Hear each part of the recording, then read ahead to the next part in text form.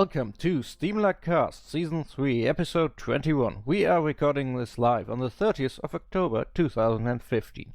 I'm the Ritter. With me I have Namoda. Hey. And Corbin. Hello. So, before we go into all the news, what has everybody been playing? Corbin, how about you? I'm now on, I don't know if there's an English expression for it, parent vacation. So I have some free time to care about my little son. But this time is not really usable for gaming. So I still like to play those idle clicker games, like Time Clickers and Adventure Capitalist. Don't know what the fascination about those games are, but I still like to play them over many hours. I have played a little bit Heroes of New Earth with some buddies, which is kind of a Dota 2. How do you feel that compares to Dota 2? It feels a little bit faster from the gameplay. The movement and some minor tweaks. Like, for example, everybody has its own carrier. So if you buy something in the shop and are not near the shop, you don't have to buy one. Everyone already has one. I like that. Yeah. But I don't play it very often. We just play it, I don't know, twice a year. So I don't know about all the updates which happen in between. Yeah, it's certainly changed a lot since the new company took over. Yeah, but it's still working on Linux, which is nice. Yeah. We also played some rounds of Quiplash. This is a really funny game. I think it's meant to be played on a television maybe, and all the other players play it on their mobile because you play it in your browser. The host is starting the game and inviting other people, and then a pair of two people is getting one question, and you answer it. And afterwards, when everybody is finished, you choose between those answers. And the answer which is more funny or you think it's the best, you can vote for it. And at the end, the points are gathered, and the one with the most points will win. And it's very funny to think about the answers. Don't know if some of you have played it yet. No, but I've heard of it. Unfortunately, it's not localized, so at least we have some problems with some of the questions. So we always have a Google Translator in the next tab and try to translate those words we don't understand. But well, you can answer the questions also in German if you want to. And I played with my friends a little bit more Dynablaster Revenge, those Bomberman clone, which is also working very good on Linux. And you can play it with several people on one PC, and the other people can join over network, so you can have up to 10 people in one map. This is also very funny. I like it. Yeah, and a week ago, or 2 weeks ago, my Steam controller and Steam Link arrived. Yay! And I tried to play around with that a little bit, and tried to play Assault Android Cactus with the Steam controller, but I haven't really figured out how to configure the controller yet. Because the controller has these touchpads, which I thought would have been kind of a membrane, but it isn't at all. It's like it's hard plastic and it's not smooth, so it's like a touchpad of a notebook. And as I tried to configure the right pad for the direction where you shoot and the left pad for moving, but I'm not really happy with the sensitivity yet, but there are so many options you can tweak. I think it still needs some time. Well, they are still pushing through a lot of updates to Steam and to the controller firmware, I guess. Yeah, the first thing what happened is when I plugged in the controller was there's an update, also for Steam Link, but that went very smooth, also on Linux. Nice. And Witchbeam, they have a mapping for the Steam controller, so it's working in general with their mapping, yeah, but at least I cannot play with it properly. For me, it's still better to use an Xbox 360 controller with 2 analog sticks. I also tried, which is just released on Linux, Broforce. As it's a jump and run, it should be playable very well with the Steam controller. But also here there are several mappings available from the community, and I tried some of them, but I'm also not happy with them yet. At least I have problems controlling the character. But I played the Stanley Parable, which is in the first place an FPS game, and this works very well with the Steam controller. The looking around with the right pad and moving with the right pad and moving with the analog stick. This is like you would play any FPS on console, but the movement with the pad feels a little bit more native. It's not as on a console with the analog stick, so you kind of have type of acceleration when moving your thumb on the pad faster or slower, as it would have been with a mouse. This is very nice. And I played Raise the Sun with the Steam controller. As the Steam controller has a gyro inside, you can configure it to use it with Raise the Sun, but also there is a lot of space for tweaks. But in general, it works. I imagine a lot of it's just getting used to it. Yeah, you have to get used to the controller and to the settings. There are so many settings you can tweak. Touchpads have a button, so you not can only move your thumbs on them to move, but also can click on them. And those analog triggers on the front, you can pull them and also press them as a button. And the Steam controller on the bottom has 2 more buttons, which the normal Xbox 360 controller doesn't have. A lot of to configure. But yeah. So, Nemoto, what were you playing? Well, we played a bit of Insurgency yesterday. That was kind of neat. Still kind of getting used to the game, but it seems like it's pretty solid mechanics-wise. Been playing quite a bit of Ark, Survival Evolved, chasing dinosaurs around. And a bit of smaller games, Civ 5, and of course Guns Vickers Online. Always good. So what have you been playing, Dorita? Oh, I've also played Insurgency pretty much all the time when I had time over the last week. Since the beta came out till today, I've put in 20 hours, which for these days for me is quite a lot. And I'm having a ton of fun, especially with that co-op mode that game has. It's a really surprisingly good co-op mode. The bots are reasonably competent, it's diverse, many different modes, and one especially, the checkpoint mode, where you move through a map, capture one point after the other, and then have to hold it against counter-attacking bots, is a lot of fun. I have not really tried the competitive modes yet, but yeah, I'm liking that game. And the turnaround on that since the beta started has been extremely quick. I've also played quite a bit of Terraria with my Terraria buddy. I don't know if you know this, but you play a game like Starbound or Terraria with your Terraria or Starbound buddy, not with just any random people. And I've played a bit of CSGO as well, and briefly dabbled into Alien Isolation. But not a lot. I have not even seen either an alien or a bad robot yet. Are you somewhat intrepid about proceeding with that, or is it just not enough time? I just didn't have the time. And when I do have the time, I tend to jump into quicker games like Insurgency, where you can just play a quick round and be done with it, instead of a single-player game you have to get invested in for longer periods of time. Yeah, okay. Moving on to SteamLUG community stuff.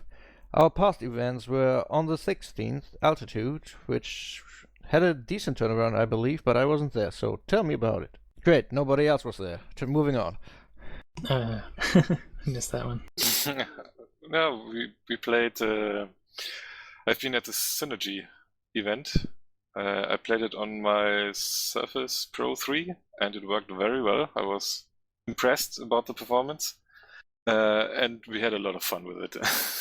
Synergy is always fun. Yeah, I was also there for Synergy. We played a custom campaign, City 7, which plays in Toronto, or what looks like somebody's first Hammer editor idea of what Toronto might look like. But it was fun. It was also quite challenging, and it had some interesting parts. We had a number of total party kills and had to restart from checkpoints, which this map luckily had. But yeah, this was a bit different. After that, I believe people still played some more campaigns for quite a long time, but I wasn't around. Yeah, we played the episode 1 co-op Synergy thing. Did you manage to finish it? I haven't been there for the whole time, so I don't know. Space Pope. Space Pope says they did. Nice. But then again, episode 1 isn't exactly the longest. Yeah, nevertheless, I'm feeling getting old, and I got into this motion sickness thing, and that's why I had to quit early. before. Motion sickness? Yeah, The gamer's curse. well, as I said, I'm getting old. On the 23rd, we had Headcrab Frenzy. How frenzyful was it? And then there was silence. Moving on to Terraria on the 24th, about which there will also be silence because apparently no host showed up and it fizzled out, and I take full responsibility for that. I am very sorry. But as for upcoming events, on the 30th, which is today, right after the cast, we will be playing Victor Vran in co-op. Tomorrow, on the 31st, Team Fortress 2. November the 6th, there will be Left 4 Dead 2. And November the 7th, there will be an apologetic Terraria where people will actually show up. Probably. Yeah, hopefully that goes a little better. In other community news, SteamDB now has a button to confirm working games. After the list of games which were probably working, where everybody knew they were actually working, piled up, I guess after John Drinkwater suggested it, they added a button where now people can just click on and confirm that the game that is probably working is not probably working, but actually working. Which resolves the pain around creating forks of the repo and creating pull requests just to add a game to it, which was a bit cumbersome and not many people like to do it apparently. But yeah, nice to have that button. Yeah, nice. Yeah, especially as Valve, but we will come later to that, removed the SteamOS icon from some games which are working on Linux. I looked through the list briefly of unmarked games, but I didn't really see anything that I had that was on there. In Steam and Valve news, the mobile Steam app has been updated, and you can now confirm trade requests and actions and market actions with that application. Which means you can do all your economic power gaming on the Steam market from the go. Have fun. Here, I should enjoy that. Yeah, and it's cool that they still update the mobile client. They have started updating it again now. Does any one of you also get annoyed by Steam requesting to add a mobile phone number to the account all the time? Yes. Yes. And even if you edit it, you are still bugged to edit. That is stupid. I'm not adding it because to me a phone is a highly disposable item and so is a number, and I do not want to have any security tied to it, but that's just me being silly with my reason and stuff. Yeah, but they also updated the Steam community badge. So 1 point to complete this badge is now add your mobile phone number to the Steam client. Yeah, I'll pass on that. They can eat a big bowl of rotten testicles. Ugh, delicious. In better news, also about rotten stuff, because spooky, the Steam Halloween sale has started. And there are lots of themed and unthemed games on there, so if you have anything on your wish list, check it out. It might have a significant discount attached to it. If it's a horror or gore or splittery game, it's probably in the list of heftily discounted games. Yeah, there's actually quite a few decent deals on there. It's worth checking out. Did you grab something? I have not yet, but I've been looking through it, and a lot of 50% savings. A lot of it's on games I already own, of course. So I've been trying to figure out if there's anything else I can pick up, but definitely some good deals on there. Yeah, I've looked at some games from my wish list which were discounted, but then I looked at the games like Soma, Alien Isolation, Pillars of Eternity, which I still did not finish, and I just said, nope, not spending more money on more games I will not finish. So you decided not to increase your pile of shame. That's a good thing. yes, I like my pile of shame just as large as it is, because I'm obviously not doing anything to make that pie smaller. In tech news, Phoronix had a big SteamOS benchmarking extravaganza where he, because it's only one person, benchmarked pretty much all AMD and NVIDIA cards that they have, which includes most current ones and a lot of older ones as well. And the big takeaway from that is, oh my god, is AMD still not worthy to get under any circumstances on Linux, because cards like the Fury were just completely devastated by low-end cards from NVIDIA, like the 950, in most of the tests. At least in 1080p, which is absolutely absurd. I would assume as far as SteamOS is concerned, like most of the vendors actually selling the hardware, or at least testing their systems with the hardware they're selling it with, so it's more in line with people building their own Steam boxes. Yeah, but apparently some Steam machines are being sold with AMD graphics, which when a vendor does that, the state AMD graphics is on Linux at the time, they have not put any kind of thought into that device. Yeah, it's too bad. Probably they hope that AMD has updated their driver until then. Yeah, maybe they do know more than we do, which I do not believe, but AMD seems to be prepping a new special driver version like the Omega driver they did last year. And, well, maybe that brings something. But last year was mainly a Windows-focused thing, and the Linux gains were marginal, and I believe it also completely wrecked one generation of GL, like at least it wrecked either 3 or 4 until the next driver which fixed it again. But there's another one coming, and maybe that will be I don't even want to finish that sentence because I do not believe it. Hey, let's hope for the best. I think AMD is missing some market space there. Yeah, I mean, as far as console-like systems go, I mean, it's certainly much more possible to fix the drivers post-release than it is with most other systems. So it's not beyond the realm of possibility that they'll at least be usable. True, but I'm not expecting anything until AMD GPU pans out. Yeah. Moving on to general gaming news. As Corbin has already hinted at, Broforce has now been released for Linux, which is a silly pixel platformer shooter game that evolves around poking fun at all your favorite and not favorite 80s action heroes like Lundgren, Stallone, and many more. And Schwarzenegger, yeah. Like all these people. Chuck Norris. And you... I played it for just a few minutes. It's pretty funny, but it definitely has a Contra-style gameplay aspect to it. It's such a pixel mess. Blood and explosions everywhere. I'll definitely put more time into it later. I think it'll be a good multiplayer game. It's not that exciting single player, so we've got an event coming up, so we'll try it then and see how it goes. We have some more explanation on what happened when Valve removed the SteamOS icons recently from games that were previously having SteamOS icons and mostly working on Linux. The big takeaway here is that it was as expected. They only removed the icon. You can still buy, download, and play the games on Linux, but they removed the icon to not have it show up because these games have some external dependency which cannot be satisfied without major tinkering on SteamOS.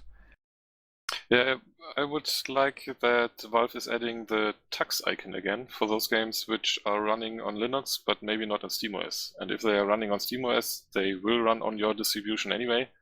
But now you have to use SteamDB to confirm that your game is working on Linux or not at all. I think overall it's a good thing. I mean, they need some kind of quality control for games that just won't work out of the box. It's not even about quality control. If they make a differentiation between SteamOS and Linux, then so will the publishers and developers, and then SteamOS and Linux might become different things. And to be quite honest, we are sailing on any potential success the console Steam machines with SteamOS will have, where having a desktop Linux version is just a nice side benefit of that, because they are indistinguishable at the moment, and this is, in my opinion, how it should remain, even if that means we do not see an icon for a few games where developers haven't taken the proper care to make them run out of the box. Yeah, probably those people who are interested in a Linux version are looking on SteamDB anyway, so maybe it's not a big problem. Yeah, I thought it was kind of troubling that they said, at least the Starbound developer said that they didn't know that it had been removed, and there's some other games I've been looking at, like 7 Days to Die, it got removed on. It's like, do the developers even know? That's kind of sad if there's some lack of communication there. But yeah, hearing a game like 7 Days to Die is that exactly where I'm not surprised that it was pulled, because of how poorly that was handled in the past. I'm not surprised that it might be in a state where it just doesn't work out of the box on Linux. I haven't had too many problems with it, but I can see certainly a lot of people did, and so maybe just the hardware they tested on just didn't work for them. But it's still one of those early alpha games, so I'm sure they'll get a result. Yeah, but it's true. Valve is still not properly communicating. Pulling this one off so soon before the actual SteamOS Steam Machine's hardware release is stupid. Yeah. Simply stupid. Developers need a lot more time to fix these issues, if they even want to, than less than a month.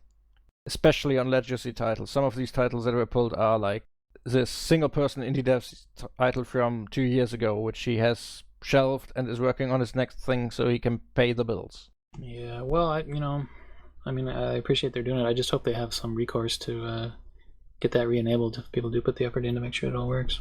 If they gotta wait another 3 months to get it tested again, then that's not going to be very fun at all for anybody.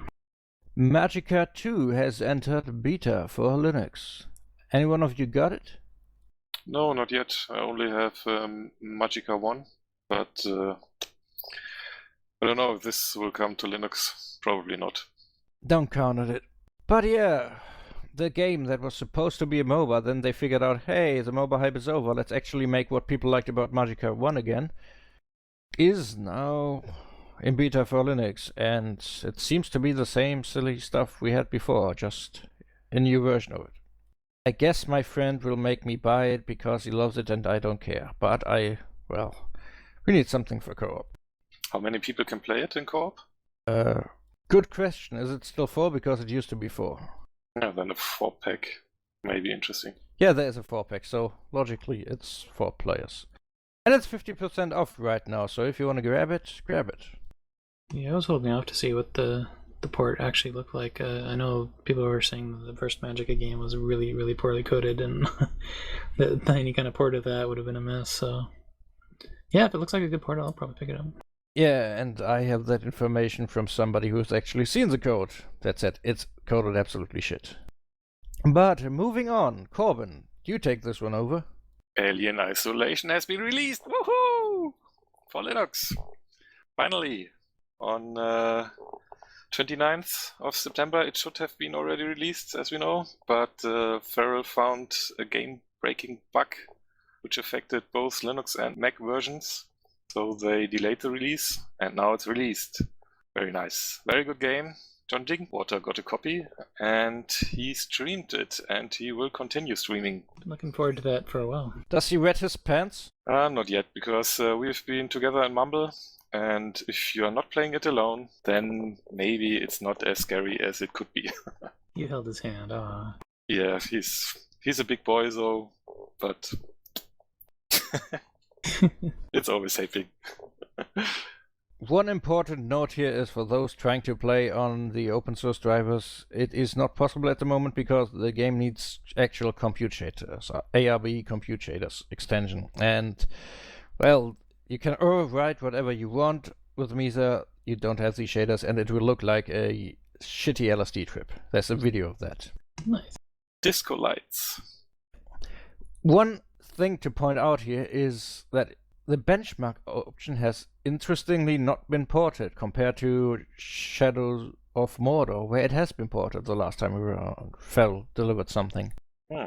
So that means no automated benchmarking, so no Phoronix benchmark of that one, but the guy of the YouTube channel Penguin Recordings has delivered a manually controlled benchmark comparison between Windows and Linux, and as I was expecting but not hoping for, it is quite significantly slower again than the Windows version, because it is 30% slower on average, which is a bit shite. I hope they really had some genuine issues in porting over the benchmark options that weren't worth the trouble for the margins they are aiming at, and they were not willfully excluding it because they didn't want to expose the performance issues they are aware of. After Shadow of Mordor, Feral has received quite a bit of flack, and it's sad to see that they are now significantly behind in performance, behind virtual programming that really use a complete wrapping technology to deliver their games. Yeah, I don't like this. I hope Feral catches up again in performance. The game is good and it works well. That is out of the question here, but it is significantly slower on Linux. Minimum FPS are usually okay, but if you have a computer that would potentially struggle playing the game on Windows, you will have trouble on Linux. Yeah, as John was streaming it, it seemed very smooth at the beginning.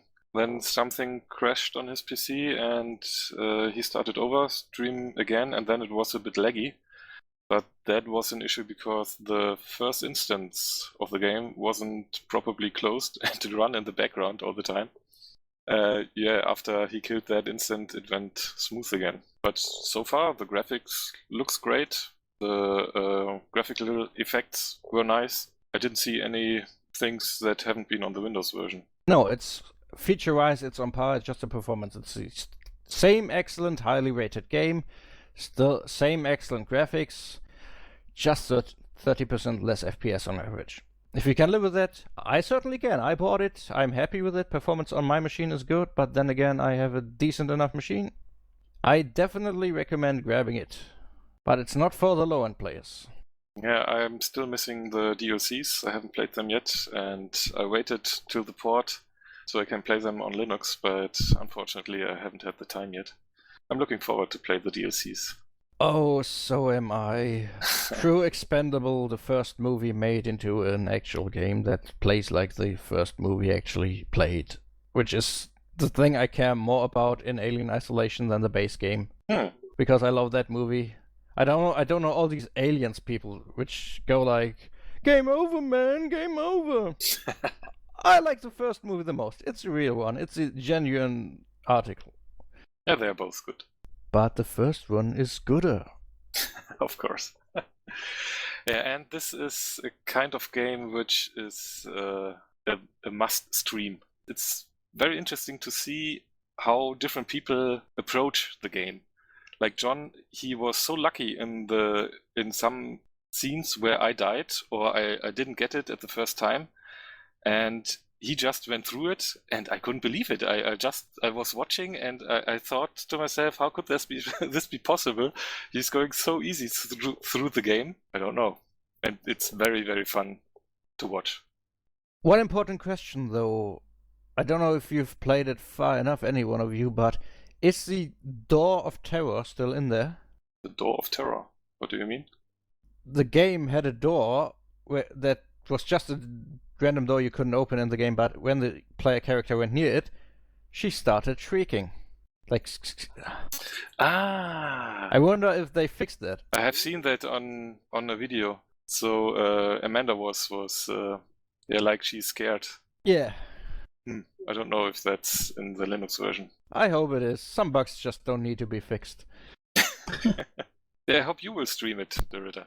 I'm absolutely not going to stream anything. These are the games, most of all, I want to have as an experience entirely for myself without anyone watching over my shoulder. You can just record it and put it online later. Probably not. Oh, pity. Moving on to another feral title that we still not have yet. It's Batman Arkham Knight, which has been delayed from fall 2015 to spring 2016, which is expected because of the issues the original game had on PC in general, and feral taking longer than expected with Alien Isolation. But yeah. Yeah, what I read about Batman Arkham Knight is that there are still some big issues, even though it was re-released now. Yeah, even the re-release is still not great on Windows. They say you need 12 gigabytes of RAM, which is insane because this game is also a console title, and these consoles don't have that kind of RAM.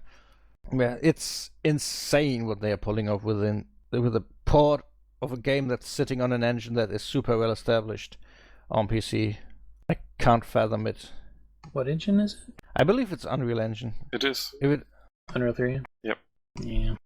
It's just amateurish.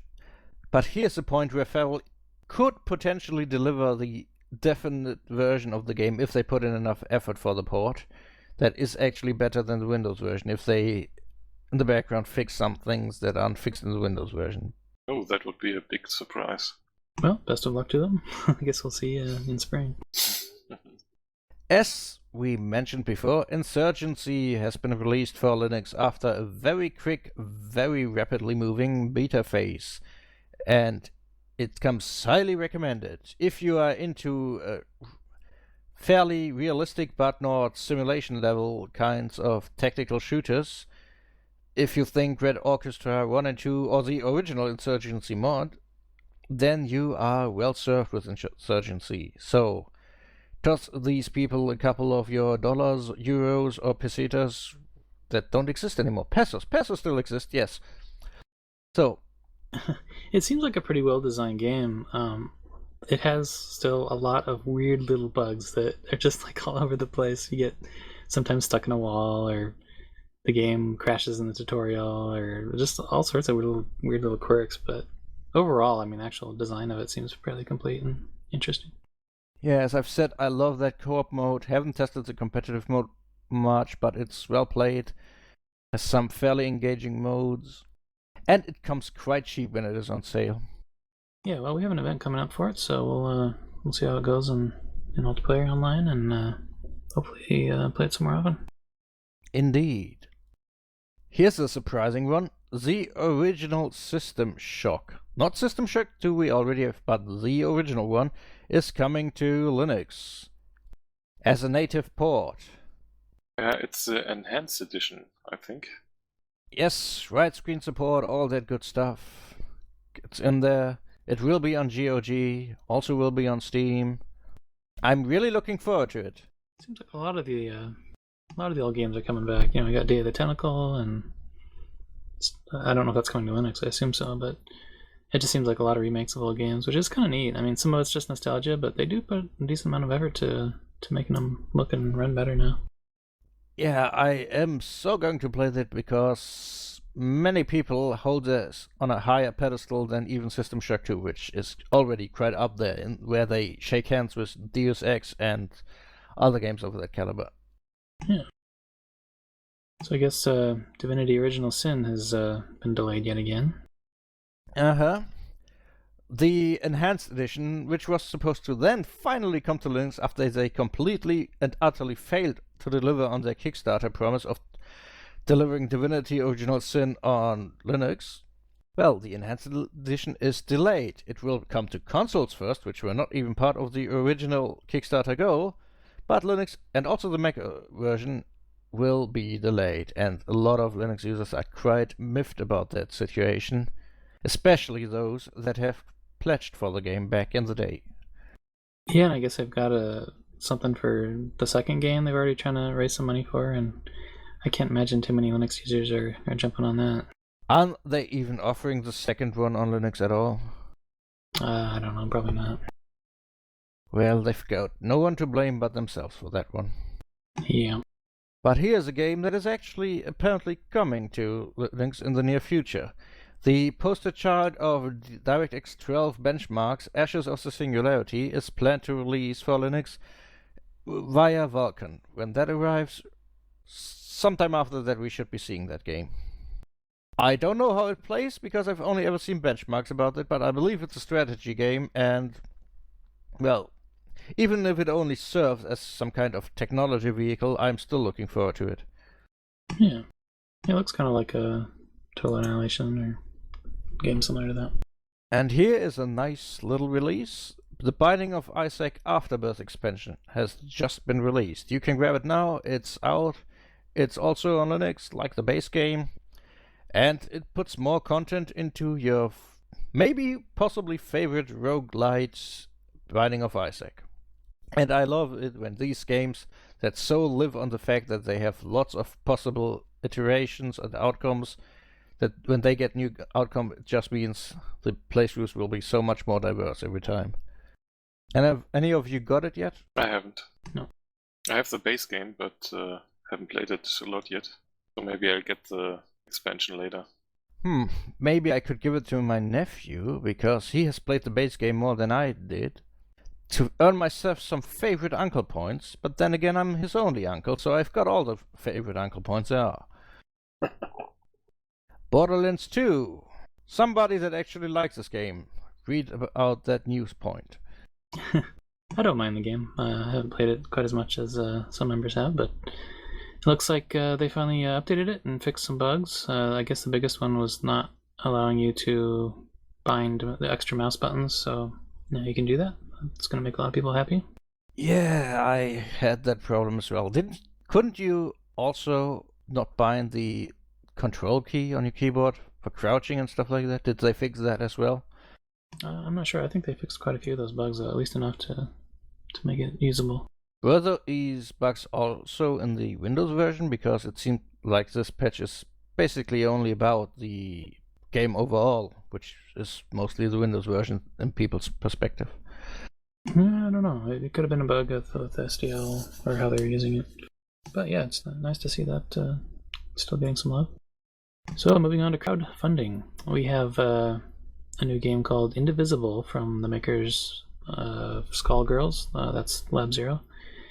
Looks kind of like a role-playing game, kind of mixed with a fighting game. So they're bringing in a little bit of what they had from Skullgirls, I guess. But definitely looks like some decent graphics, and they've already got a prototype out for Linux you can download and at least play around and look at it. Worth checking out. Interesting. Yeah, it's definitely, the art style is solid. You can absolutely recognize where this is coming from in the character art. Maybe I need to make an Indiegogo account after all. There's been some decent games on there, so I'm pretty happy with them. But I guess this concludes this episode of the SteamLUG Cast. If you have any kind of feedback for us, you can email us via cast@steamlug.org.